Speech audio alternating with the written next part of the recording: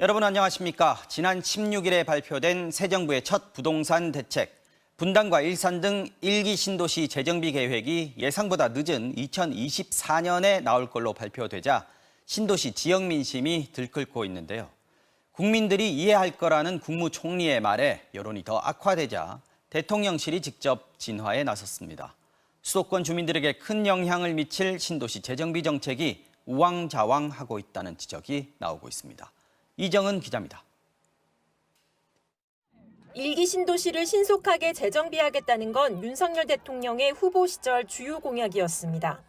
1기 신도시 재정비 사업 촉진을 위한 특별법을 만들어 용적률을 상향 조정하여 충분한 공급이 이루어지도록 하겠습니다. 하지만 당선 직후부터 혼선이 빚어졌습니다. 지난 4월 인수위 부동산 TF가 1기 신도시 문제를 중장기 국정과제로 검토 중이라 밝혔다가 지역 주민 반발이 거세지자 안철수 위원장이 수습에 나섰고 1기 신도시를 차질 없이 추진한다는 것이 저희 인수위의 공식적인 입장입니다. 구체적인 계획이 나올 시점까지 제시했습니다. 올해 말이나 내년부터 이제 마스터 플랜을 통해 가지고 그 지역이 종합적으로 어떻게 발전할 것인가의 구상이 될 것이고 그 마스터 플랜에 따라서 아주 이제 좀 질서 있게. 그런데 지난 16일 공개된 새 정부의 첫 부동산 대책. 원희룡 국토교통부 장관은 1기 신도시 재정비 계획을 2024년까지 마련하겠다고 했습니다. 한 1년 정도는 걸리지 않겠나. 희망 일정으로 24년까지는 아무튼 이게 돼야 되지 않겠나. 그러자 곧바로 신도시 지역 주민들을 중심으로 공약 파기라는 반발이 일었습니다. 올해나 내년이 아니라 2024년까지 계획표를 짜면 결국 총선에 이용되다 다음 정권으로 사업이 미뤄지지 않겠냐는 겁니다.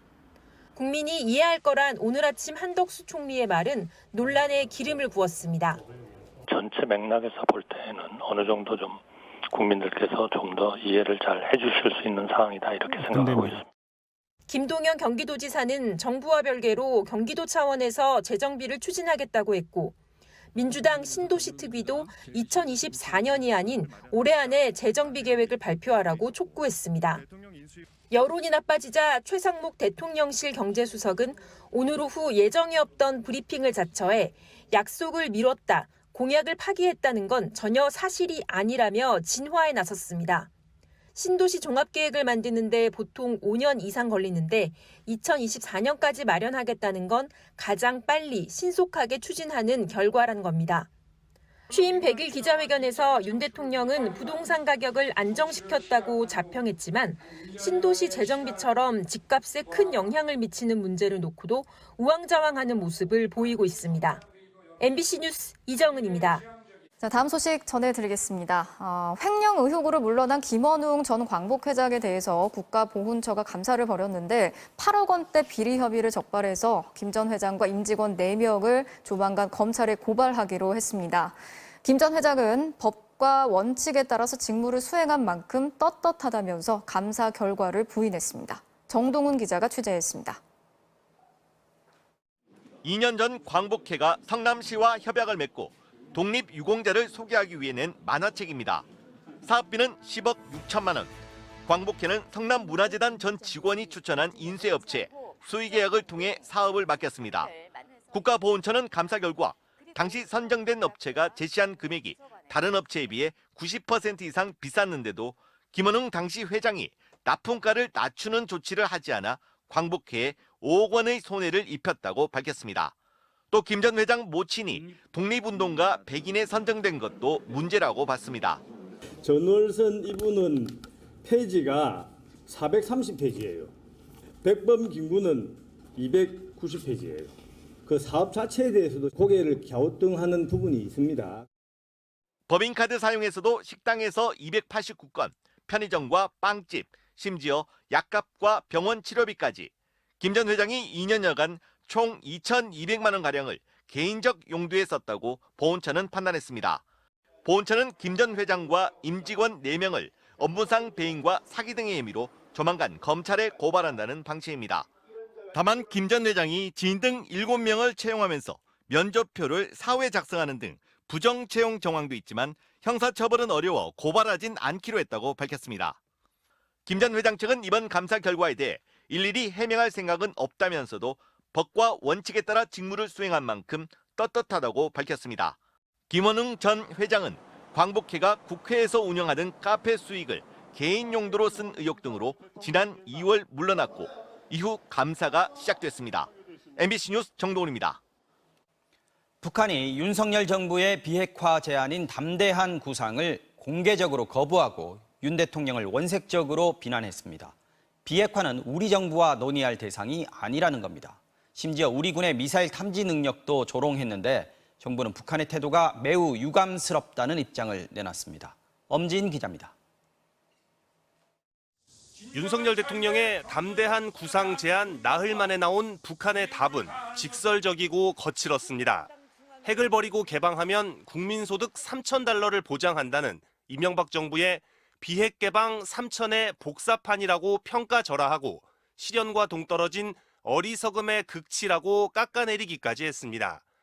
김정은 국무위원장의 여동생 김여정 부부장이 낸 이 담화에선 특히 윤석열 대통령을 직함도 없이 부르며 반복해서 거친 막말을 쏟아냈습니다. 남조선 당국의 대북 정책을 평하기에 앞서 우리는 윤석열 그 인간 자체가 싫다. 핵무기는 북한의 국채, 즉 근본이라면서 경제협력이나 남북대화를 통해 교섭할 대상이 아니라는 것을 분명히 했습니다. 미국이 자신들을 핵으로 위협하기 때문에 개발한 것이거든요. 그래서 북미 사이에 그나마 협상 대상이지 남북 간에는 협상 대상 의제도 아니다. 우리의 정책 추진 동력을 흔들고 북한 주민들의 대남 적개심을 높이려는 의도도 있어 보입니다.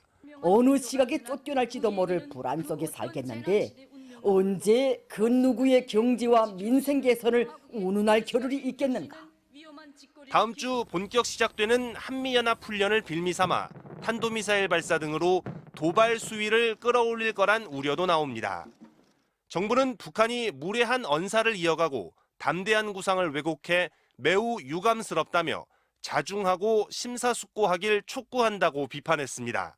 인내심을 가지고 계속 북한을 설득하고 또 한편으로 필요하다면 압박도 하고 해서 대화로 유도할 생각입니다. 북한은 또 지난 17일 순항미사일을 쏜 곳이 우리 군이 밝힌 평안남도 온천이 아니라 90km가량 떨어진 안주시였다며 우리 군의 탐지 능력까지 폄하했습니다. 하지만 군은 한미 정보당국의 평가는 변동 없다며 원래 분석을 유지했습니다. MBC 뉴스 엄지인입니다. 자, 어느덧 60이 된 할리우드 스타 브래드 피트가 8년 만에 한국을 찾았는데요. 이 봉준호 감독의 옥자에 이어서 봉 감독의 차기작에도 제작자로 참여하는 등 한국 문화에 대한 애정이 각별한 것으로도 유명하죠. 내친 김에 봉 감독의 영화에 배우로 출연하고 싶다는 포부도 밝혔습니다. 조국현 기자가 전해드리겠습니다. I'm not here for the movie, I'm here for the food. 방한 목적은 한국 음식이라고 너스레를 떠는 브래드 피트. 나이가 들어도 익히 않은 빵형의 유쾌한 모습 그대로입니다. You don't remember me. 최근 몇 년간 영화 제작에만 몰두해온 그가 오랜만에 출연을 결심한 작품. 액션 영화 블리 트레인입니다. 초고속 열차에 동승한 킬러들이 각자 임무를 수행하는 과정을 화려한 액션, 유머와 버무렸습니다. 주 무대가 고속열차의 객실 아니라는 점에서 우리 영화 부산행이 연상된다는 말에 그 영화 인상 깊었다는 예상 못한 답이 돌아왔습니다. First of all, train to Bhutan? Busan, yes. Sorry. Fantastic movie. Fantastic, really tense, shot really well. But you're absolutely right. It's about that contained claustrophobic space and how do you move through. But that film does it so well. 한국 영화 여러 편을 열거한 그는 접할 기회가 많아진 배경으로 넷플릭스 등 OTT 서비스를 꼽았습니다. 동서양 영화인의 거리도 그만큼 가까워졌다면서 특히 2017년 봉준호 감독의 영화 옥자의 공이 혁혁했다고 강조합니다. We're a much smaller community now. And I think with what director Bong did with Okja for Netflix really opened the door. 옥자의 제작자로 참여했던 그는 당시 작업이 완벽했다며 봉 감독의 차기작 미키 세븐의 제작도 기꺼이 맡았습니다. 이제는 거의 사라진 언어의 장벽. 그가 다양한 언어의 영화 제작에 큰 관심을 갖는 이유 중 하나입니다. Like Okja, now Squid Games, the younger generations are completely comfortable with subtitles and really exciting change to see. Because I think it's the most respectful to the artists. 배우 윤여정에게 오스카 여우 조연상을 안긴 영화 미나리의 정의삭 감독과도 차기작을 진행하고 있다는 브래드 피트.